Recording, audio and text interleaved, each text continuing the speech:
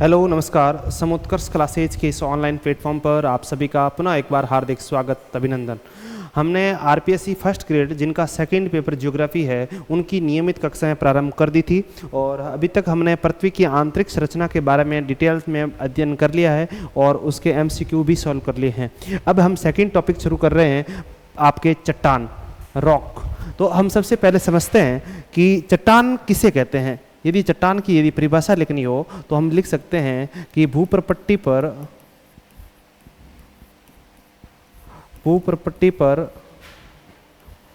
कठोर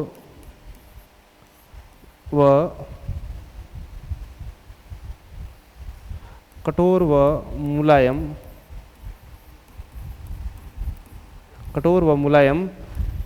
खनिज पदार्थों के संगठन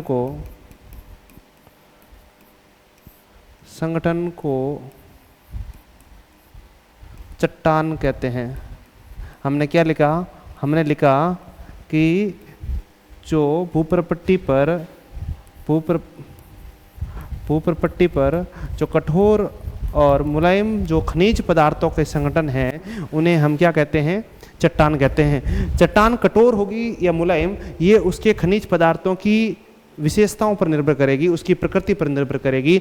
लेकिन चट्टान किसे कहते हैं? खनिज पदार्थों के संगठन को कहते हैं। तो सबसे महत्वपूर्ण क्वेश्चन हो जाता है खनिज पदार्थ क्या होते हैं। तो देखिए, यदि हम धरातल की यदि बात करें, यदि हम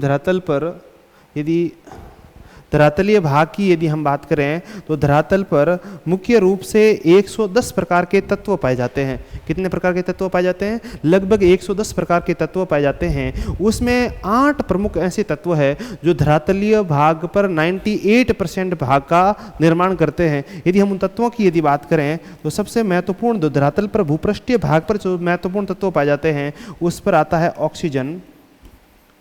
कौन सा तत्व आता है? 1 नंबर पे आता है ऑक्सीजन, जो धरातल पर 46.7% भाग होता है। यदि हम 2 नंबर पर बात करें तो आपका आता है सिलिका, जो आपके लगभग 27% होता है। इसी प्रकार आपका होता है एल्यूमिनियम, जो लगभग आपका 8% भाग होता है। 4 नंबर पे आपका आएगा फेरस, जो लगभग आपका 5% भाग होता है। इसी प्रकार 5 नंबर की यदि बात करूं तो आगे है कैल्शियम, जो लगभग 4% भाग होता है। और फिर आता है आपका सोडियम लगभग 3% भाग, और पोटेशियम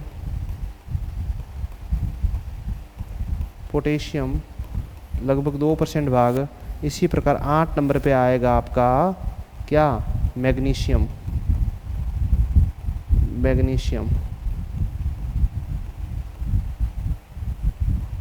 लगभग 2%। तो कहने का मतलब ये है, जो ये 8 प्रमुख तत्व है, oxygen, silica, aluminium, ferrous, calcium, sodium, potassium और मैग्नीशियम, जो लगभग धरातल के 98% भाग का निर्माण करते हैं। कितने परसेंट का निर्माण करते हैं? लगभग 98% भाग का निर्माण करते हैं। बाकी जो 110 तत्व है, अन्य तत्व लगभग 1.4% के भाग के लगभग होते हैं। जब ये तत्व आपस में ये स्वतंत्र रूप से नहीं रहते हैं, पर्सनल व्यक्तिगत रूप से नहीं रहते, ये आपस में 1-2 तत्व आपस में मिलकर जिन पदार्थों का निर्माण करते हैं उन पदार्थों को खनिज कहते हैं। हमने क्या कहा? ये तत्व है 2 या 3 प्रकार के तत्व आपस में मिलकर जिन पदार्थों का निर्माण करते हैं उन्हें खनिज कहते हैं। और मुख्य रूप से धरातल पर जो खनिज पाए जाते हैं उन खनिजों के अंतर्गत आता है फेल्ड्सपर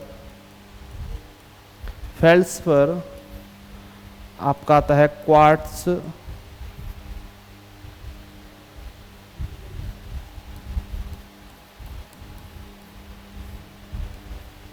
आपका आता है एम्फीबॉल्स,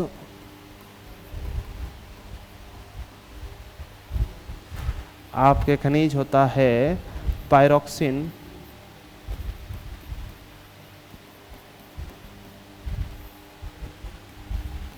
इसी प्रकार से आपका खनिज होता है माइका या अब्रक। और 6 नंबर पे खनिज आता है वो होता है ओलिविन।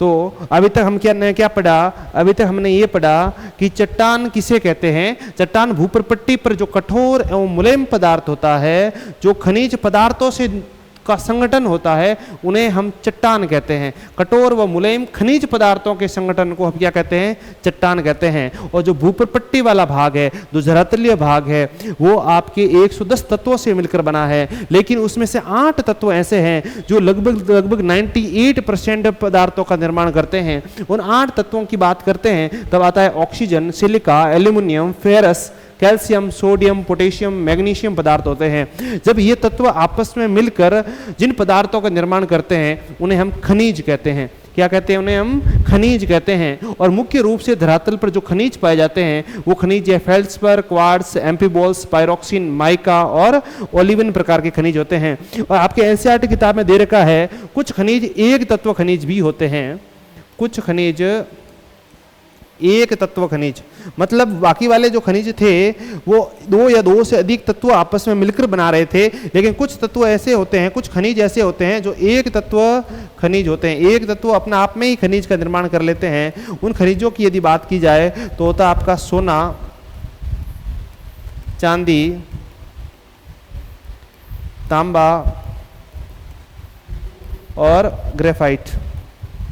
ये एक तत्व खनिज होते हैं। तो अब तक हमने ये समझ लिया है कि चट्टान किसे कहते हैं। चट्टान की यदि बात की जाए तो चट्टान कहते हैं भूप्रपट्टी पर जो कठोर एवं मुलायम पदार्थ पाए जाते हैं, जो खनिज पदार्थों का संगठन है, उन्हें हम क्या कहते हैं, उन्हें हम चट्टान कहते हैं। और पृथ्वी के धरातल पर जो मुख्य रूप से 8 तत्व है, जो oxygen, silica, aluminium, ferrous, calcium, sodium, potassium और मैग्नीशियम है, ये तत्व आपस में मिलकर लगभग धरातल का 98% पदार्थ बनाते हैं। और ये तत्व आपस में मिलकर जिन पदार्थों का निर्माण करते हैं उन्हें हम खनिज कहते हैं। और धरातल पर मुख्य रूप से जो खनिज पाए जाते हैं वो फेल्ड्सपर, क्वार्ट्ज, एम्फीबॉल्स, पायरोक्सिन, माइका और ओलिविन प्रकार के खनिज होते हैं। और इन्हीं से भूप्रपट्टी का निर्माण, इन्हीं से ही भूप्रपट्टी का निर्माण हुआ है। उन्हीं को हम क्या कहते हैं, चट्टान कहते हैं। उन्हीं को हम क्या कहते हैं, चट्टान कहते हैं। यदि हम निर्माण के आधार पर, किसके आधार पर, निर्माण के आधार पर यदि चट्टानों का विभाजन करें, निर्माण के आधार पर यदि हम चट्टान का विभाजन करें तो चट्टान को 3 भागों में विभाजित कर सकते हैं। कितने भागों में विभाजित कर सकते हैं? 3 भागों में। पहले नंबर पे आएगी आग्नेयी चट्टान। कौन सी चट्टान? आग्नेयी चट्टान। दूसरे पे आएगी अवसादी चट्टान जिसे सेडिमेंट्री रॉक कहते हैं। और तीसरे पर आएगी कायांतरित चट्टान या रूपांतरित चट्टान। कौन सी चट्टान? कायांतरित या रूपांतरित चट्टान, जो आग्नेयी व अवसादी चट्टानों के रूपांतरण की वजह से हुई है। हम इनके बीच में क्या संबंध है, किस प्रकार से आग्नेयी से अवसादी चट्टान बनती है और अवसादी और आग्नेयी और अवसादी चट्टानों से किस प्रकार से कायांतरित चट्टानें बनती है, उसके क्या कोरिलेशन है, उसके बारे में हम अभी अध्ययन करेंगे। लेकिन सबसे पहले हम समझें कि आग्नेयी चट्टान क्या होती है। यदि हम आग्नेयी चट्टान की यदि हम बात करें तो आग्नेयी चट्टान की यदि बात करें तो आग्नेयी चट्टान को हम कह सकते हैं प्राथमिक चट्टान। कौन सी चट्टान? प्राथमिक चट्टान। प्राथमिक चट्टान क्यों कहते हैं, प्राइमरी रॉक क्यों कहते हैं? प्राइमरी रॉक इसीलिए कहते हैं कि आग्नेयी चट्टान का निर्माण सबसे पहले हुआ है। आग्नेयी चट्टान का निर्माण सबसे पहले हुआ है। सबसे पहले कैसे हुआ? जब पृथ्वी का उत्पत्ति हुई, पृथ्वी की उत्पत्ति के दौरान जो मैग्मा या लावा के रूप में जब पृथ्वी धीरे धीरे करके ठंडी हुई, शीतलीकरण प्रक्रिया हुई, उस शीतलीकरण प्रक्रिया के दौरान जो धरातल पर जो लावा ठंडा होकर जो पदार्थों के रूप में निर्माण हुआ, तो जो चट्टानें निर्मित हुई वो सबसे पहले जो निर्मित चट्टानें थी वो आग्नेयी ही चट्टानें थी। तो पृथ्वी का सबसे ठंडे होने की प्रक्रिया के दौरान जिन चट्टानों का निर्माण हुआ है उन चट्टानों को हम क्या कहते हैं, आग्नेयी चट्टान कहते हैं। और सबसे पहले ही उन्हीं चट्टानों का निर्माण हुआ, इसीलिए इसे प्राथमिक चट्टानें कहा जाता है। तो आग्नेयी चट्टानों का निर्माण कैसे हुआ? तो पहली प्रक्रिया यह है, आग्नेयी चट्टानों का निर्माण पृथ्वी के शीतलीकरण की प्रक्रिया के दौरान हुआ। किसकी प्रक्रिया के दौरान हुआ? पृथ्वी के ठंडे होने की प्रक्रिया के दौरान। मतलब पृथ्वी के पृथक्कीकरण की प्रक्रिया के दौरान या घनीभूतीकरण के दौरान हुआ था। हमने पृथ्वी की आंतरिक संरचना जब पढ़ी थी तब मैंने एक बात बताई थी आपको कि पृथ्वी की आंतरिक संरचना के अंतर्गत जब हम जैसे जैसे गहराई में जाएंगे तो जैसे जैसे गहराई में जाते हैं वैसे वैसे घनत्व में क्या होती है, वृद्धि होती है। घनत्व में वृद्धि क्यों होती है, तब मैंने बताया था आपको कि पृथ्वी के जैसे जैसे अंदर की ओर जाते हैं, गहराई की ओर जाते हैं, आयतन में कमी होती है और वायु दाब के प्रेशर जो दाब होता है, दाब में वृद्धि होती है और दाब की वृद्धि होने से घनत्व में क्या होती है, वृद्धि होती है। लेकिन मैंने कहा था पृथ्वी के आंतरिक भाग में घनत्व में चट्टानों के अंतर्गत वृद्धि होना केवल दाब की वजह से ही नहीं होता है, पृथ्वी के पृथक्कीकरण की वजह से चट्टानों की जो संरचना होती है, संरचना के आधार पर भी घनत्व में वृद्धि होती है। और मैंने कहा इसकी डिटेल में चर्चा जब हम चट्टान टॉपिक पढ़ेंगे उस समय करेंगे। तो अभी हम चट्टान टॉपिक पढ़ रहे हैं, तो आप पृथ्वी शीतलीकरण प्रक्रिया के दौरान किस प्रकार से घनत्व में वृद्धि होती है वो हम एक बार समझते हैं। देखिए, यदि हम पृथ्वी के आंतरिक संरचना की यदि हम बात करें तो एक बार देखिए, यदि हम इस पृथ्वी के एक भाग को लें तो ये भाग जो स्थल मंडल है, ये आपका जो महासागरीय भाग है, ये पृथ्वी का आंतरिक कोर की तरफ जाने वाला भाग है। तो यदि पृथ्वी के आंतरिक कोर वाला भाग देखें तो आंतरिक कोर वो जो चट्टानें हैं वो किसकी बनी हुई है, ओलिवीन चट्टानों से बनी हुई है। ओलिवीन, एक बार पुनः समझिए, पहले पृथ्वी जब ठंडी हुई तो धीरे धीरे पृथक्कीकरण हुआ। पृथक्कीकरण या घनीभूतीकरण क्या है सर, हम समझे नहीं समझे आप? तो देखिए, जब आप एक कांच का गिलास लीजिए, कांच के गिलास में पानी भर दीजिए, पानी भरकर उसमें यदि रेत मिला दी जाए, रेत मिलाकर उसे हिलाया जाए तो आप पानी देखोगे तो पानी कैसा हो जाएगा, पानी गिडल जाएगा। देसी भाषा में बोले तो क्या कहा जाएगा, पानी गिडल जाएगा। गिडला हुआ पानी यदि थोड़ी देर के लिए गिलास को रख दिया जाए, थोड़ी देर रखने के बाद में हम देखेंगे कि जो भारी तत्व है, जो रेत का कण है, धीरे धीरे करके वो पानी के अंदर जो सतह है, सतह गिलास के सतह पर पैंदे पर जम जाएगा। जमेगा कि नहीं जमेगा? जमेगा, धीरे धीरे करके नीचे आ जाएगा। तो इसी प्रकार से जब पृथ्वी ठंडी हो रही थी, पृथ्वी ठंडी होने की प्रक्रिया के दौरान जो पदार्थ भारी था, जो तत्व भारी थे, जो पदार्थ भारी था, वो पदार्थ धीरे धीरे करके पृथ्वी के केंद्र की ओर समाहित हो गया। किसकी तरफ समाहित हो गया? केंद्र की ओर समाहित हो गया। जो सबसे केंद्र में समाहित हुआ जो पदार्थ, उसे जो चट्टानें थी उसे ओलिवीन प्रकार की चट्टानें बोलते हैं। कौन सी चट्टानें? ओलिवीन पर बोलते हैं। और उसके बाहर जो आपका मेंटल वाला भाग था, इससे वाली चट्टानों को क्या कहते हैं? उस वाली चट्टानों को पेरोडाइट चट्टानें कहते हैं। कौन सी चट्टानें कहते हैं? पेरोडाइट चट्टानें बोलते हैं। और जो बाहर वाला, जो ऊपरी मेंटल वाला भाग था, जो चट्टानें थी, उसे ड्यूराइट चट्टानें बोलते हैं। कौन सी चट्टानें बोलते हैं? ड्यूराइट चट्टानें बोलते हैं। जो आपका एस्थेनोस्फीयर वाला भाग था, कौन सा भाग? एस्थेनोस्फीयर वाला भाग, उसमें जो चट्टानें थी वो चट्टानें कहलाती है गैब्रो चट्टानें। कौन सी चट्टानें? गैब्रो। जो आपका जो स्थल मंडल, जो महासागरीय सतह वाली चट्टानें हैं, उन चट्टानों को बोलते हैं बेसाल्ट चट्टानें। कौन सी चट्टानें? बेसाल्ट चट्टानें। इसका मतलब क्या हुआ? जैसे जैसे पृथ्वी धीरे धीरे ठंडी हो रही थी, उसी प्रक्रिया के दौरान जो सबसे भारी तत्व था, सबसे भारी पदार्थ था, वो पृथ्वी के धरातल के केंद्र की तरफ समाहित हुआ। जो हल्का तत्व था वो ऊपर धरातल की ओर ठंडा होता गया। ऊपर जो भाग धीरे धीरे करके ठंडा हुआ, बेसाल्ट के रूप में जमा हुआ, और जमा हुआ पदार्थ ही क्या कहलाया? चट्टान कहलाया। और सबसे पहले जिन चट्टानों का निर्माण हुआ वो आग्नेयी चट्टानें ही थी। तो इन चट्टानों की प्रक्रिया को आपको समझ में आया होगा। पृथक्कीकरण की वजह से भी चट्टानों के अंदर आंतरिक भाग में जाने पर घनत्व में क्या होती है? वृद्धि होती है। तो हम ऊपरी वाली चट्टानों का घनत्व देखा जाए, विशाल चट्टानों का घनत्व आता है आपका 3 ग्राम क्यूबिक सेंटीमीटर। और ये ओलिवीन प्रकार की चट्टानें होती है, यहाँ पर आपने घनत्व देखा 13 सेंटीमीटर क्यूबिक सेंटीमीटर। लेकिन जैसे जैसे हम पृथ्वी के गहराई में जाते हैं, वैसे वैसे हम क्या देखते हैं? वैसे वैसे गहराई में जाते हैं तो आप देखते हो कि फेरो मैग्नीशियम की मात्रा बढ़ती है। फेरो मैग्नीशिया की मात्रा बढ़ती है, जिससे आंतरिक चट्टानें क्या होती है? मॉर्फिक चट्टानें होती है। कौन सी चट्टानें? मॉर्फिक चट्टानें होती है। मतलब कि जैसे जैसे हम जाएंगे तो ये मॉर्फिक या अल्ट्रामॉर्फिक चट्टानें पाई जाती है, क्योंकि जैसे जैसे हम पृथ्वी के गहराई में जाएंगे तो सारी प्रकृति की मात्रा बढ़ती है। और जैसे जैसे हम ऊपर की ओर जाएंगे, धरातल की ओर बढ़ेंगे, तो पृथ्वी के ऊपर सिलिकॉन ऑक्साइड की मात्रा बढ़ती है, जिसकी से अम्लीयता प्रकृति बढ़ती है। कौन सी चट्टानें? अम्लीय प्रकार की चट्टानें बढ़ती है और इसमें आपकी सिलिकॉन ऑक्साइड की मात्रा धीरे धीरे अंदर जाने पर कम होती है, ऊपर जाने पर सिलिकॉन ऑक्साइड मात्रा बढ़ती है। अभी हम पढ़ेंगे, जब हम पढ़ेंगे तो बेसाल्ट से किस प्रकार से अलग अलग प्रकार की चट्टानें बनती है उसके बारे में पढ़ेंगे। लेकिन आप इस बात को समझ गए होंगे कि पृथ्वी जैसे जैसे धीरे धीरे ठंडी हुई, ठंडी होने के दौरान जो मैग्मा लावा के रूप में था वो धीरे धीरे ठंडे होकर जिन पदार्थों का स्वरूप में जमाव हुआ, उन जमाव को हम कौन सी चट्टानें बोलते हैं? आग्नेय प्रकार की चट्टानें बोलते हैं। एक तो प्रक्रिया समझ में आई कि आग्नेय चट्टानों का निर्माण पृथ्वी के शीतलीकरण प्रक्रिया के दौरान हुआ। दूसरा, आग्नेय चट्टानों का निर्माण ज्वालामुखी प्रक्रिया के दौरान भी होता है। किसके दौरान होता है? ज्वालामुखी प्रक्रिया के दौरान। ज्वालामुखी प्रक्रिया के दौरान से कैसे होता है सर? तो ज्वालामुखी प्रक्रिया के दौरान इस प्रकार से होता है। देखिए, जब ज्वालामुखी विस्फोट होता है, ज्वालामुखी विस्फोट होने के बाद में ज्वालामुखी के दौरान जब मैग्मा धरातल पर लावा के रूप में उद्वेलित होता है, प्रस्फुटित होता है, तो लावा जम जाता है। तो लावा जमने के दौरान जिन चट्टानों का स्वरूप लेता है उन चट्टानों को हम क्या कहते हैं? उन चट्टानों को ही हम आग्नेय चट्टानें ही कहते हैं। क्या कहते हैं? आग्नेय चट्टानें ही कहते हैं। जब एस्टेनोस्फीयर से मैग्मा बाहर निकलकर धरातल के ऊपर लावा के रूप में जम जाए, बेसाल्टिक चट्टानें होती है। और बेसाल्टिक चट्टानें क्या होती है? बेसाल्टिक चट्टानें आग्नेय चट्टानें ही होती है। तो बेसाल्टिक चट्टानें होती है। कौन सी चट्टानें होती है? बेसाल्टिक चट्टानें होती है। लेकिन जब आपका ये मैग्मा धरातल के ऊपर ना जाकर आपके पाताल में ही जम जाए, कहाँ पर जम जाए?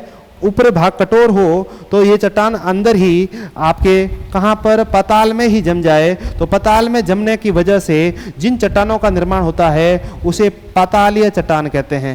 क्या कहते हैं? पातालीय चट्टानें। ये चट्टानें भी आग्नेय चट्टानें ही होती है। इसे प्लूटोनिक चट्टान भी कहते हैं। कौन सी चट्टान कहते हैं? प्लूटोनिक चट्टान। कौन सी चट्टान? प्लूटोनिक चट्टान कहते हैं। और यही चट्टान आगे, यही मैग्मा आगे जाकर ऊपर बाहर ना निकलकर मध्यवर्ती भाग में जम जाए, मध्यवर्ती भाग में ही जम जाए। कहाँ पर? मध्यवर्ती भाग में जम जाए तो मध्यवर्ती चट्टानों का निर्माण कर लेती है। मध्यवर्ती चट्टानों के रूप में ये बाहर ना निकलकर एक गुंबदाकार आकृति में जम जाए। किसी आकृति में? असमान रूप से गुंबद आकृति में बन जाए। ये गुंबदाकार आकृति में जम जाए। तो गुंबदाकार आकृति में जमने की वजह से इन चट्टानों को क्या कहते हैं? बैतोलित चट्टान कहते हैं। कैसी चट्टान? बैतोलित चट्टान। बैतोलित चट्टान।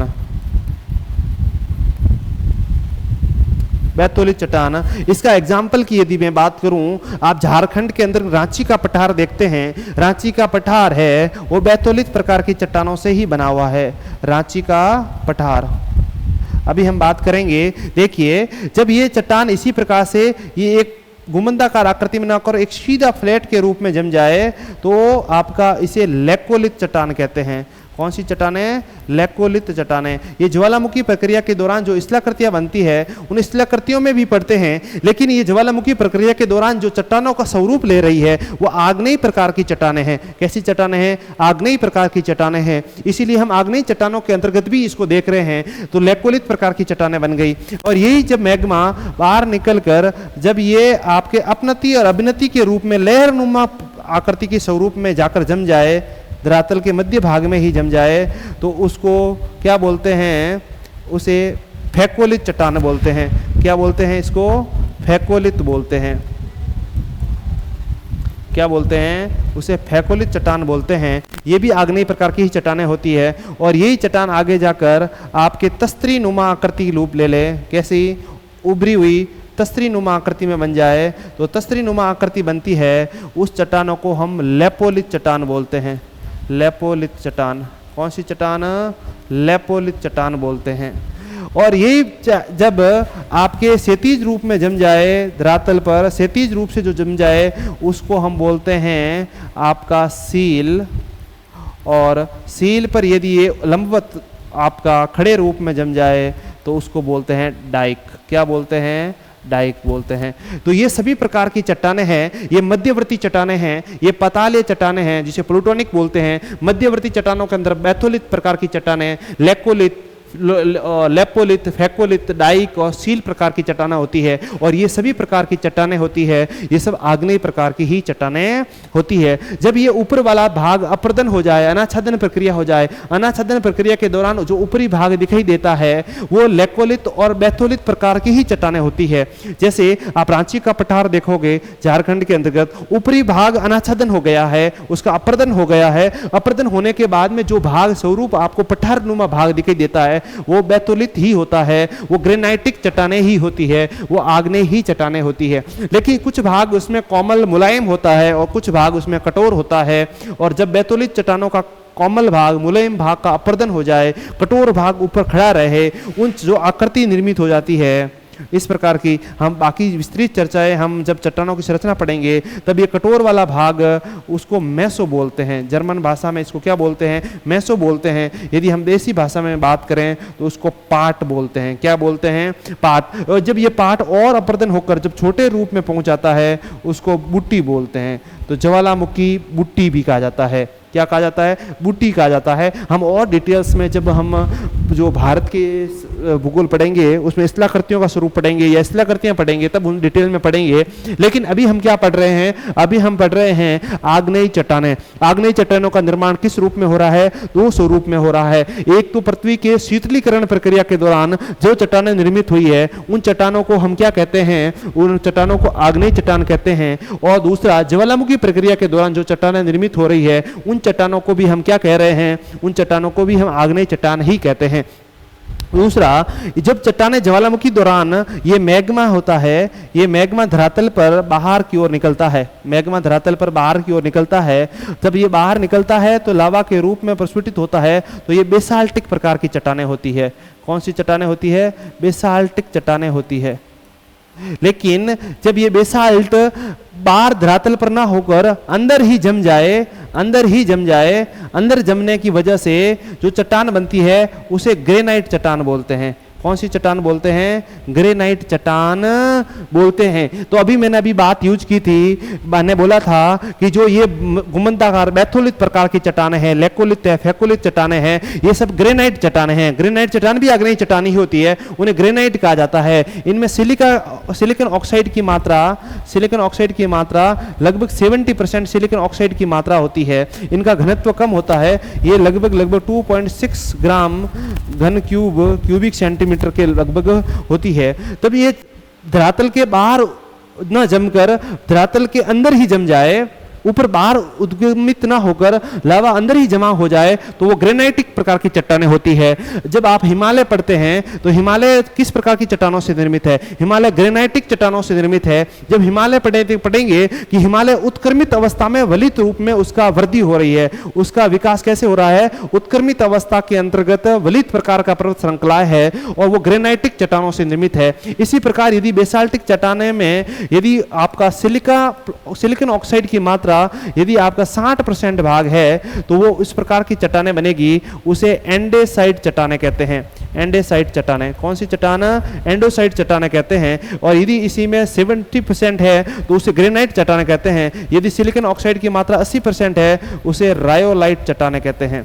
कौन सी चट्टानें कहते हैं? रायोलाइट चट्टानें कहते हैं। एंडेसाइट का यदि मैं एग्जांपल दूं तो एंडेसाइट प्रकार की चट्टानें के अंतर्गत आपका जो एंडीज पर्वतमाला है वो आपके एंडेसाइट प्रकार की चट्टानों से निर्मित है। और ग्रेनाइट का यदि एग्जांपल दूं तो आपका हिमालय पर्वत है, हिमालय पर्वत ग्रेनाइटिक प्रकार की चट्टानों से निर्मित है। हम थोड़ा सा चट्टानों को पढ़ रहे हैं और थोड़ा सा डेप्थ में पढ़ रहे हैं, थोड़ा सा डेप्थ में जाकर देख रहे हैं, क्योंकि आप ज्योग्राफी की सब्जेक्ट के स्टूडेंट हैं और ज्योग्राफी पढ़ रहे हो, आपका सब्जेक्ट ज्योग्राफी है। थोड़ा सा एनसीईआरटी से थोड़ा डेप्थ लेकर की कोशिश कर रहे हैं, थोड़ा आप समझने का प्रयास करें, थोड़े सब्जेक्ट की गहराई को समझें। आपके महत्वपूर्ण होगा कि किस प्रकार से उसके यदि आप इसको निर्माण की प्रक्रिया के आधार पर हम किसी चीज़ों को समझ लेंगे तो उसकी विशेषताएं, उसके बारे में निर्माण बहुत ईजी हो जाएगा। आपको कोई सोचने की वजह समझ में नहीं आएगा कि हम कितने आराम से उस चीज़ों को समझ पाएंगे। ये महत्वपूर्ण है, इसलिए आप प्रोसेस को समझिए कि किस प्रकार से आग्नेय चट्टानें निर्मित हुई है। तो हमने अभी तक क्या पढ़ लिया है? हमने आग्नेय चट्टानों के निर्माण को पढ़ लिया है। आग्नेय चट्टानों का निर्माण दो प्रकार से होता है, एक तो शीतलीकरण के दौरान पृथक्कीकरण के दौरान जिस प्रकार से मैग्मा भारी तत्व होता है पृथ्वी के केंद्र की ओर समाहित होता है, हल्का तत्व होता है बाहर जम जाता है, बाहर जमने की वजह से जो चट्टानों का निर्माण होता है वो आग्नेय प्रकार की चट्टानें होती है। दूसरा, जब ज्वालामुखी विस्फोट होता है, ज्वालामुखी विस्फोट के दौरान भी जो चट्टानें निर्मित होती है वो भी आग्नेय प्रकार की ही चट्टानें होती है। वो चट्टानें यदि पाताल में जम जाए तो प्लूटोनिक चट्टानें बोलते हैं, मतलब कि यदि वो ऊपर बाहर ना निकलकर धरातल के अंदर ही मध्यवर्ती भाग में जम जाए, यदि वो गुमंदाकार आकृति में जमे तो उसे बैतोलित चट्टान कहते हैं, जैसे रांची का पठार है, और इसी समतल आकार में जम जाए तो उसे लेकोलित कहते हैं, और इसी प्रकार से अपनति या अवनति के रूप में जमे उसे फेकोलित कहते हैं, तस्त्री नुमा आकृति में जम जाए उसे लेपोलित कहते हैं। इसी प्रकार ये क्षैतिज रूप में यदि जमा हो जाए उसे सील बोलते हैं, और इसी प्रकार से सील के लंबवत रूप में खड़े रूप में जम जाए उसे डाइक बोलते हैं। और इसी प्रकार जो धरातल पर बाहर उद्गमित होकर लावा जम जाता है उसे बेसाल्टिक चट्टान बोलते हैं, और बेसाल्टिक चट्टान बाहर न निकल अंदर ही समाहित जम जाए उसे ग्रेनाइटिक प्रकार की चट्टानें बोलते हैं। मध्यवर्ती जो भी चट्टानें बनती है वो ग्रेनाइटिक चट्टानें होती है, और इसमें जो सिलिकॉन ऑक्साइड की मात्रा के आधार पर जिसमें 60% यदि सिलिका ऑक्साइड है उसे एंडेसाइड जो एंडीज पर्वतमाला निर्माण हुआ है, 80% यदि आपका सिलिकॉन ऑक्साइड है तो उसे रायोलाइट प्रकार की चट्टानें होती है। ग्रेनाइट चट्टानों का यदि एग्जांपल है तो हिमालय पर्वत का निर्माण हुआ है, वो आपका कैसा हुआ है, आपके ग्रेनाइटिक चट्टानों से निर्माण हुआ है। तो ये हमने आग्नेय चट्टानों के निर्माण को देखा है। यदि हम इसीलिए पृथ्वी के धरातल पर सबसे पहले जो चट्टानें बनी है, पृथ्वी के जो ठंडे होने की प्रक्रिया के दौरान जो चट्टानें बनी है उन चट्टानों को हम आग्नेय चट्टान कहते हैं, प्राथमिक चट्टान कहते हैं। तो अब देखिए, यदि हम विशेषता की यदि बात करें, किसकी बात करें, यदि हम विशेषता की बात करें तो आग्नेय चट्टान कैसी चट्टान है, आग्नेय चट्टान प्राथमिक चट्टान है।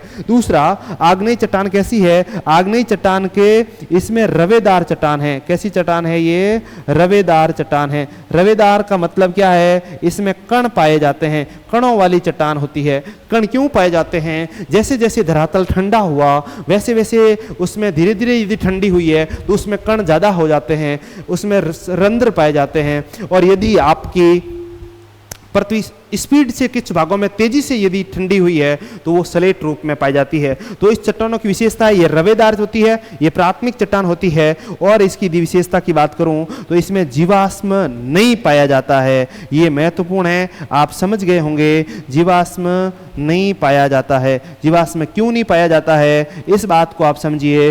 जीवाश्म इसलिए नहीं पाया जाता है क्योंकि जब पृथ्वी सबसे पहले ठंडी हो रही थी, जिस प्रक्रिया के दौरान ठंडी हो रही थी, उस समय तो धरातल पर कुछ था ही नहीं, वनस्पति थी नहीं।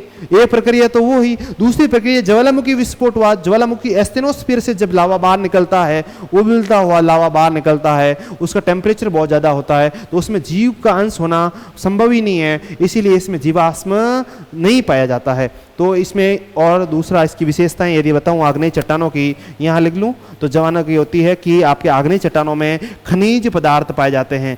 धात्विक खनिज हो सकता है, खनिज पदार्थ जिसमें धात्विक खनिज प्रमुख रूप से हो सकता है, धात्विक खनिज पाए जाते हैं। धात्विक खनिज क्यों पाए जाते हैं, क्योंकि जब आपका मैग्मा ही आपका लावा के रूप में जम रहा हो, धरातल के अंदर लोहे की मात्रा हो, अनेक खनिज है, खनिजों का जमाव किस चट्टानों में होता है, आग्नेय प्रकार की चट्टानों में ही होता है। ये कठोर प्रकार की चट्टानें होती है। कैसी चट्टानें होती है, कठोर चट्टानें होती है। इसमें कण निर्मित होते हैं लेकिन इसमें रंध्र नहीं होते हैं। आप जैसे जैसे गहराई में जाओगे तो रंध्र नहीं होंगे, धरातल पर कुछ भागों में उसमें सरंध्र हो सकता है लेकिन उसमें रंध्र नहीं पाए जाते हैं, जिसकी वजह से आप देखेंगे इन चट्टानों का जो अपक्षय होता है या अनाच्छादन प्रक्रिया होती है वो भौतिक प्रक्रिया के दौरान होता है। भौतिक प्रक्रिया के मतलब कि पवन के द्वारा या अपक्षय होता है या तापमान के कम या ज्यादा होने की जो प्रक्रिया होती है उसकी वजह से इसमें टूट फूट होती है। बाकी इसमें रासायनिक प्रक्रिया की बजाय ऐसा लिख सकते हैं, इसमें जो अपक्षय होता है, जो इसमें अपक्षय होता है, अपक्षय रासायनिक प्रक्रिया के बजाय भौतिक विभाजन के द्वारा होता है, भौतिक या यांत्रिक तरीके से होता है, भौतिक या यांत्रिक प्रक्रिया से होता है।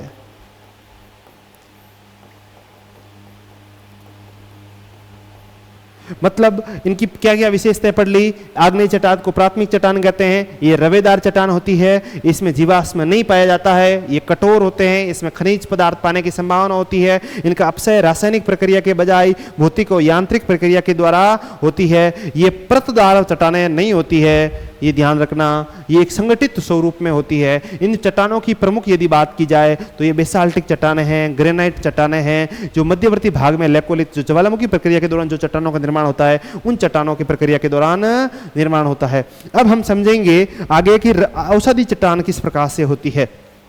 क्या समझने वाले हैं हम, इसको रिलेशन को समझें, किस प्रकार से आग्नेय चट्टान औषधि चट्टान में निर्मित होती है और औषधि चट्टान किस प्रकार से कायांतरित चट्टान में निर्मित होती है। उस महत्वपूर्ण बात को समझिए कि आपके आग्नेय चट्टान है, आग्नेय चट्टान जब किसका निर्माण होता है, जब लावा धरातल पर, मैग्मा धरातल पर लावा के रूप में उद्वेलित होता है,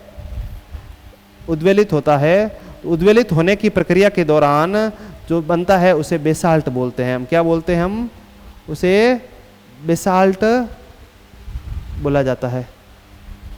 वापस देखो इसको, ये क्या होता है, ये बेसाल्ट है, किसकी बना है, बेसाल्ट। जो आग्नेय चट्टान है वो बेसाल्टिक चट्टान है, और जो धरातल के अंदर ही जम गई उसे हम क्या बोलते हैं, ग्रेनाइट बोलते हैं, उसे हम क्या बोलते हैं, ग्रेनाइट चट्टान बोलते हैं। ये क्या, कौन सी प्रक्रिया हो गई, ये आग्नेय चट्टानों निर्मित हुई प्रक्रिया हुई। जब आग्नेय चट्टानों का क्या होता है, अनाच्छादन प्रक्रिया होती है, डेन्यूडेशन प्रोसेस होता है, जिसमें सबसे पहले अपक्षय हो, अपक्षय होने के बाद में उसका अपर्दन हो, अपर्दन की प्रक्रिया के दौरान फिर आगे जाकर निक्षेपण हो, तो उस दौरान जो चट्टानों का निर्माण होता है उन चट्टानों को औषधि चट्टान बोलते हैं। कैसे होता है, देखिए, जब ये चट्टानें निर्मित हो जाती है, प्राथमिक रूप से निर्मित हो जाती है, फिर सबसे पहले यहाँ पर अपक्षय होगा। अपक्षय मतलब तापमान वृद्धि, तापमान में कमी होने के चट्टानों में फैलाव होता है, उसमें सिकुड़न होता है, सिकुड़न होने की वजह से चट्टानें टूट जाती है, टूटने की वजह से कुछ चट्टान नदियों के माध्यम से, कुछ चट्टानें पवनों के माध्यम से, कुछ कण आपके किसके, हिम के माध्यम से आकर दूसरी जगह जाकर क्या हो जाए, जम जाए, परतदार रूप में जमाव होता रहे, कंटिन्यू फॉर्म में क्या हो, जमा हो, एक परत बनी उस पर जमा हो गया, धीरे धीरे ये प्रक्रिया लंबे समय तक प्रक्रिया चलती है, एक परत के रूप में जम जाती है। फिर यहाँ पर कुछ जीवाश्म पेड़ पौधे उग जाए, पेड़ उगने के बाद में फिर से वहां पर अपर्दन हो, अपर्दन होकर उसके ऊपर जम जाए, तो परत दर जो चट्टानों का निर्माण हो, अपर्दन, आग्नेय चट्टानों के अपर्दन, अपक्षय और फिर आगे जाकर उसका निक्षेपण की प्रक्रिया के दौरान उसका जमा हो जाए, या शिली भवन प्रक्रिया हो जाए, धीरे धीरे उसका जमा हो, शिली भवन प्रक्रिया, जिसमें क्या होता है, जिसमें होता है कि चट्टानों का जमा होगा, धीरे धीरे परत दर पर चट्टानें जम जाए, तो मतलब ये कैसी चट्टानें होगी, परतदार चट्टान होगी। औषधि चट्टान कैसी होगी, परतदार चट्टान होगी। धीरे धीरे जमने की वजह से यहाँ पर भौतिक प्रक्रिया या जैविक प्रक्रिया या रासायनिक प्रक्रिया के दौरान जिन चट्टानों का निर्माण हो जाता है उन चट्टानों को हम क्या कहते हैं, औषधि चट्टान कहते हैं। ये जम जाने की वजह से यहाँ पर जैसे कण आए, कण यहाँ जम गए, तो यहाँ पर कौन से बन गया, यहाँ पर बालू का पत्थर का जमा हो गया। किसका जमा हो गया, बालू का पत्थर का निर्माण हो गया। ये जाके आगे जाकर आपके पानी मिल जाए, इसको समुद्र वाले क्षेत्र में चले जाए या तालाब वाले क्षेत्र में चले जाए, पानी वाले इलाके में चले गया, और पानी वाले जमने जैसे रासायनिक प्रक्रिया हुई, रासायनिक प्रक्रिया होने की वजह से ये पदार्थ आपका चूना पत्थर में तब्दील हो जाता है। किस में बन जाता है, कैल्शियम जाकर कैल्शियम कार्बोनेट ही होता है तो चूना पत्थर बन जाता है। क्या बन जाता है, चूना पत्थर बन जाता है। इसी प्रकार से ये डोलामाइट बन जाता है। क्या बन जाता है, डोलामाइट बन जाता है। तो यही कण आगे जाकर जैसे लोयस का मैदान बन गया, लोयस का मैदान बन सकता है। इसी प्रकार से ये चट्टान आगे जाकर आपका पोटास बन जाता है। ये सब आपके किस प्रक्रिया के दौरान, औषधि प्रकार की चट्टानों में पाया जाता है। इसी प्रकार ये आगे जाकर कोयला बन सकता है। कोयला कैसे बनता है, जब औषधि कोयला किसी प्रकार की चट्टानों में पाया जाता है तो कोयला आपके औषधि प्रकार की चट्टानों में पाया जाता है। क्वेश्चन पूछा जा सकता है, कोयला, खनिज तेल वगैरह किस चट्टानों में पाया जाता है, औषधि प्रकार की चट्टानों में पाया जाता है। जाता है, क्योंकि जब ये अपर्दन होता है, अपर्दन होकर ये चट्टानें बनती है, मिट्टी बनती है, मृदा बनती है, तो वहाँ आपके देखा कार्बोनिफेरस काल का पेड़ पौधों का विकास हुआ, पेड़ पौधों का विकास हुआ तो वापस अपर्दन हुआ, उसके ऊपर ज्वालामुखी विस्फोट की वजह से जो पदार्थ दब गए, दबने की वजह से, कुछ लंबे समय तक दबे रहने की वजह से उसमें क्या हो गया, कोयले में कन्वर्ट हो गए। तो बालू का पत्थर का निर्माण हुआ, कोयले का निर्माण होना हो, चूने का निर्माण, चूना पत्थर बनना हो, डोलामाइट बनना हो, या फिर जैसे आपका नमक का बनना हो, नमक के पत्र बनने हो, या पोटास का बनना हो, ये सभी पदार्थ, जैसे आपका सेल का बनना हो, ये सब पदार्थ क्या कहलाते हैं, आपके औषधि चट्टानें कहलाती है।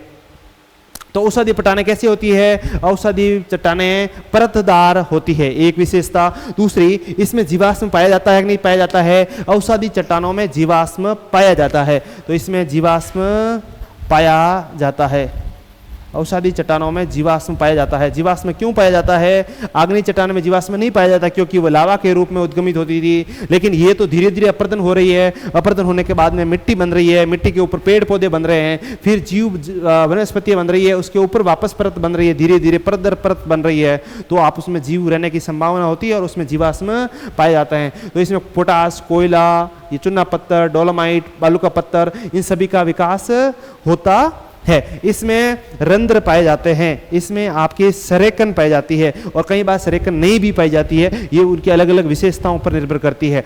लेकिन ठीक वैसे ही ये भौतिक रासायनिक प्रक्रिया के दौरान जिन चट्टानों का निर्माण हुआ वो औषधि चट्टानें हुई। इन आग्नेय और औषधि चट्टानों के आपके लंबे समय तक उच्च ताप, उच्च दाब की वजह से जिन चट्टानों का निर्माण होता है, जिनका स्वरूप चेंज हो जाए, रूप चेंज हो जाए, लंबे समय तक उच्च ताप, उच्च दाब मिलने की वजह से, तो फिर कौन सी चट्टानें बनती है, उसे कायांतरित चट्टानें कहा जाता है। आगे लिखूं मैं, कायांतरित चट्टानें। तो मैं आपको यहाँ से लिख दूं, एक बार पुनः आपको बता दूं कि आग्नेय चट्टान, आग्नेय चट्टान से आपकी औषधि चट्टान, औषधि चट्टान, औषधि चट्टान और आग्नेय चट्टान,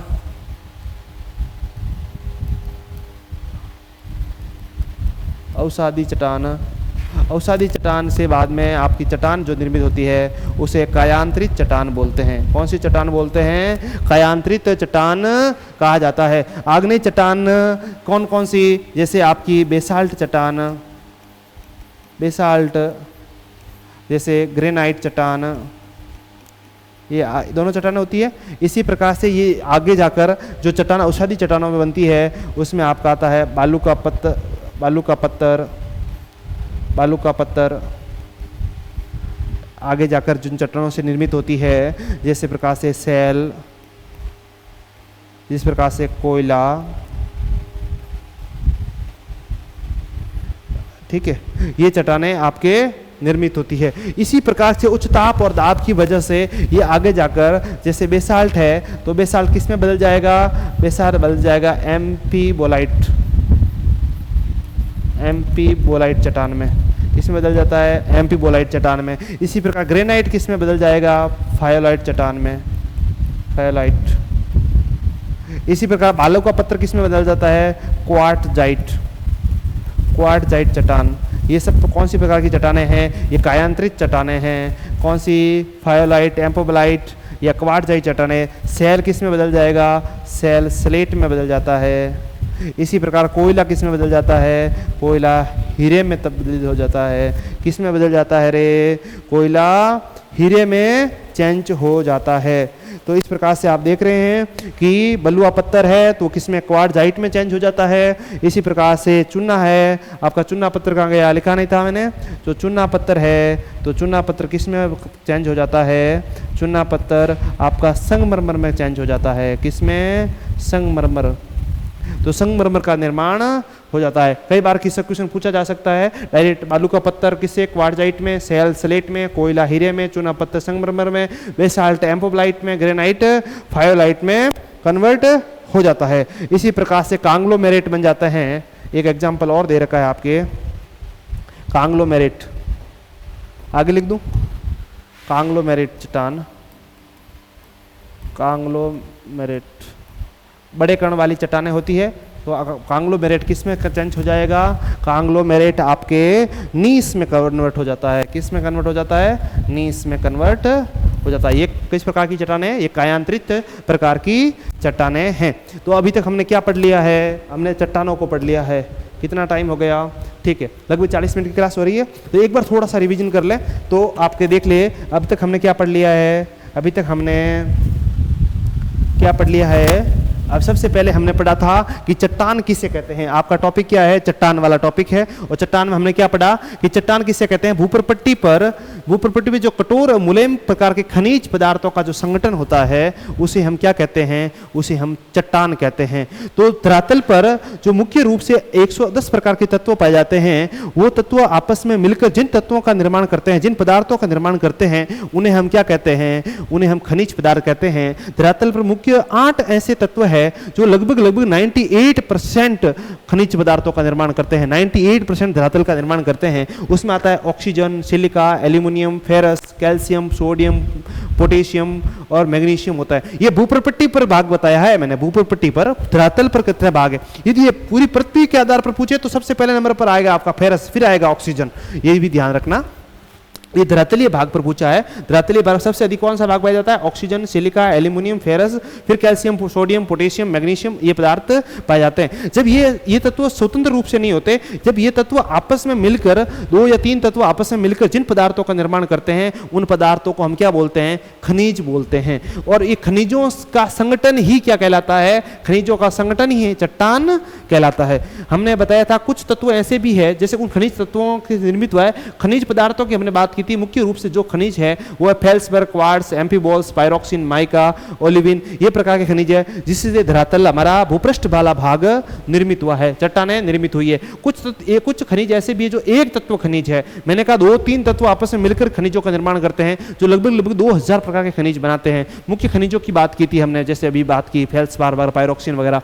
लेकिन कुछ खनिज ऐसे जो एक तत्व है, जैसे सोना है, चांदी है, तांबा है, ग्रेफाइट, ऐसे तत्व भी है। साथ में दे रखा था इसलिए मैंने आपको बता दिया है। फिर हमने निर्माण के आधार पर देखा कि चट्टानें कितने प्रकार की है। निर्माण के आधार पर यदि हम चट्टानों को देखें तो चट्टानें आएगी आपकी आग्नेय चट्टान, अवसादी चट्टान और कायांतरित चट्टान आती है। और आग्नेय चट्टान को हम प्राथमिक चट्टान कहते हैं क्योंकि सबसे पहले निर्माण हुआ है, इसलिए प्राथमिक चट्टान कहते हैं। ये रवेदार होती है क्योंकि जैसे जैसे धीरे धीरे ठंडी होती है उस प्रक्रिया के दौरान उसमें कण बन जाते हैं। इसमें जीवाश्म नहीं पाया जाता है। ये खनिज और धात्विक खनिज पाने की संभावना है। धातु जो मिलते हैं, खनिज मिलते हैं, वो आग्नेय चट्टानों में मिलते हैं। कठोर प्रकार की चट्टानें होती है। इसका अपक्षय, ये सरंध्र नहीं होता है। कहीं कर बीच बीच में जगह उसमें रेखाएं हो सकती है, ऊपरी वाले सतह में, आंतरिक वाले भाग में नहीं होती है। तो इसमें है ना, उसमें अंदर पानी नहीं जाता है। पानी नहीं जाएगा तो फिर वो आपका इसका जो अपर्दन होता है, डेन्यूडेशन प्रोसेस होता है, वो भौतिक यांत्रिक प्रक्रियाओं के द्वारा ज्यादा होता है रासायनिक प्रक्रिया के बजाय। ठीक है, फिर हम उसका रिलेशन को समझने से पहले हमने समझा था कि किस प्रकार से आग्नेय चट्टानों का निर्माण हुआ है। तो आग्नेय चट्टानों के निर्माण के बताया था कि आग्नेय चट्टानों का निर्माण है वो आपके पृथ्वी के ठंडे होने की प्रक्रिया के दौरान हुआ है, शीतलीकरण प्रक्रिया के दौरान हुआ है।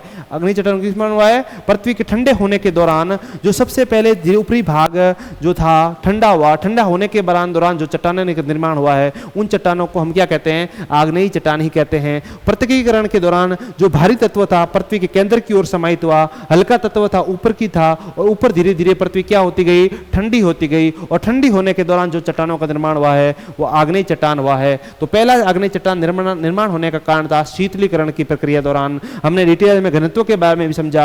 पृथ्वी का जो कोर भाग और ओलिविन प्रकार की चट्टानें, जो आपका मेसोस्फीयर वाला भाग है, मेंटल वाला भाग है, वो पेरोडाइट, फिर ऊपर ड्यूराइट, गैब्रो और बेसाल्टिक प्रकार की चट्टानों से निर्मित है। हमने रासायनिक तत्वों के आधार पर भी देख लिया। जैसे जैसे हम गहराई में जाएंगे तो मॉर्फिक प्रकार की चट्टानें होती है, ऊपर जाने पर अम्लीय प्रकार की चट्टानें होती है।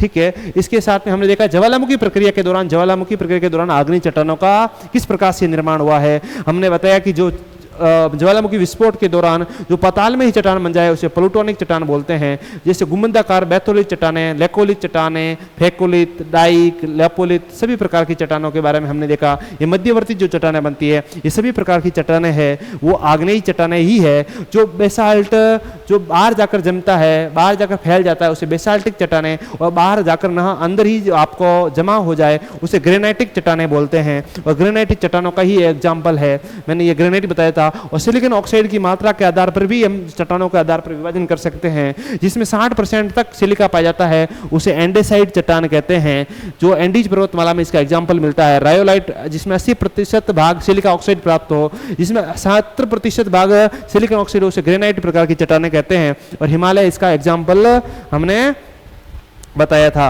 इसके अलावा हमने इसके रिलेशन के बारे में बात की थी, किस प्रकार से आपकी आग्नेय चट्टानों से आपकी औषधि चट्टानें बनती है। मैंने कहा जिस प्रकार से चट्टानें बनती है, बेसाल्टिक चट्टानें और ग्रेनाइटिक चट्टानें होती है, इनका भौतिक और यांत्रिक प्रक्रिया के दौरान उसका अपक्षय और अपरदन होता है, डेन्यूडेशन प्रोसेस होता है, जिससे ये चट्टानें टूटकर ये पानी के साथ में, हिम के साथ में, पवन के माध्यम से, ये समुद्री सतह के जो लहरें आती है उसके सहारे किसी भी प्रकार से चट्टानें एक स्थान से दूसरे स्थान पर जाकर धीरे धीरे करके जम जाती है, परत दर जमती है। वो जिनसे जिस चट्टानों का निर्माण होता है उन चट्टानों को हम औषधि चट्टान कहते हैं। कौन सी चट्टान कहते हैं? औषधि चट्टान कहते हैं। उस चट्टानों को परतदार औषधि चट्टान कैसी होती है? परतदार चट्टानें होती है। जिससे परत दर इसका निर्माण होता है तो उसमें जीवाश्म का विकास होने का चांसेज होता है, इसलिए उसे जीवाश्म भी पाए जाते हैं। तो औषधि चट्टानों में जीवाश्म पाए जाते हैं। जैसे कोयला का निर्माण होना हो, चूना पत्थर हो, जिसमें रासायनिक प्रक्रिया के दौरान जिस चट्टानों का निर्माण हो जाता है, चूना पत्थर है, डोलामाइट है, पोटाश है, नमक है, शैल है, ये सब शिलीभवन प्रक्रिया के दौरान इन चट्टानों का निर्माण होता है, तो औषधि प्रकार की चट्टानें कहा जाता है। और फिर हमने बात की थी किस प्रकार से आग्नेय और औषधि चट्टानों के को जिससे उच्च ताप और दाब की वजह से उसका रूपांतरण हो जाए, लंबे समय के साथ में रूपांतरण होता है, तो उसे कयांतरित चट्टानें कहते हैं। कौन सी चट्टानें? रूपांतरित या कयांतरित चट्टानें कहते हैं। तो बेसाल्ट से आपका एम्फोबोलाइट बन जाता है, ग्रेनाइट से फायोलाइट निर्मित हो जाता है, बालू का पत्थर जो औषधि चट्टान है उससे क्वार्ट्जाइट बन जाता है, शैल से स्लेट बनता है, कोयला से हीरा बन जाता है, चूना पत्थर से संगमरमर बन जाता है। इसी प्रकार से कांग्लोमेरिट से निस प्रकार की चट्टानें निर्मित हो जाती है। इस प्रकार से हमने पूरा डिटेल्स में देखा है और इसके साथ में ही हमने आग्नेय चट्टानों की विशेषता देख ली, कयांतरित चट्टानों की विशेषता देखी है और औषधि चट्टानों की विशेषताएं देखी है। और वापस से यदि मैं आग्नेय चट्टानों की विशेषता पुनः एक बार रिवीजन कर लूं तो आग्नेय चट्टानों को प्राथमिक चट्टान कहते हैं, रवेदार चट्टान कहते हैं। इसमें जीवाश्म नहीं पाया जाता है, खनिज पदार्थ पाने की संभावना होती है, ये कठोर होते हैं और इसमें रंध्र नहीं पाए जाते हैं, पानी नहीं जाता है, इसलिए इसका रासायनिक प्रक्रिया के बजाय इसमें भौतिक और यांत्रिक प्रक्रिया के दौरान इसका अपक्षय होता है, इसका रूपांतरण होता है। ये सब हमने पढ़ा। औषधि चट्टानों की विशेषता के बारे में हमने पढ़ा। क्या पढ़ा? ये परतदार होती है, इसमें जीवाश्म पाए जा सकते हैं, पढ़ा है आपने। तो इसमें खनिज पदार्थ की जगह इसमें कोयला है या खनिज ईंधन है, इन पदार्थों पाने की संभावना होती है। तो आपने, मुझे विश्वास है कि हमने आराम से इस चट्टान वाले टॉपिक को अच्छे से पढ़ा है और इसमें से जो क्वेश्चन बनेंगे, मुख्य रूप से जो क्वेश्चन बनते हैं इसको समझने का है। उसके बाद में जो जिन चट्टानों का रूपांतरण होता है उनका आप विशेष रूप से थोड़ा सा ध्यान रखना कि कौन सी चट्टान किस में परिवर्तन हो रही है, उसका क्या नाम है, ये महत्वपूर्ण है। इसके बारे में चट्टान वाला टॉपिक पूरा होता है और चट्टान वाला टॉपिक के साथ में हम इसका MCQ लेकर आएंगे नेक्स्ट क्लास के अंतर्गत और MCQ के माध्यम से हम समझने का प्रयास करेंगे कि आपको इस चीज़ों को कितनी समझ में आया है और कितना, जिनके ऑलरेडी कंसेप्ट अच्छे से तैयार है उनके लिए बहुत अच्छा रिवीजन वाली क्लास होने वाली है। इसीलिए आप सभी का पुनः एक बार बहुत बहुत धन्यवाद। यदि आपने अभी तक इस चैनल को सब्सक्राइब नहीं किया है तो पुनः एक बार सब्सक्राइब कर लीजिए और सभी परीक्षार्थियों के साथ में, फ्रेंड सर्किल के साथ में इसको ज़्यादा से ज़्यादा शेयर कीजिए। धन्यवाद।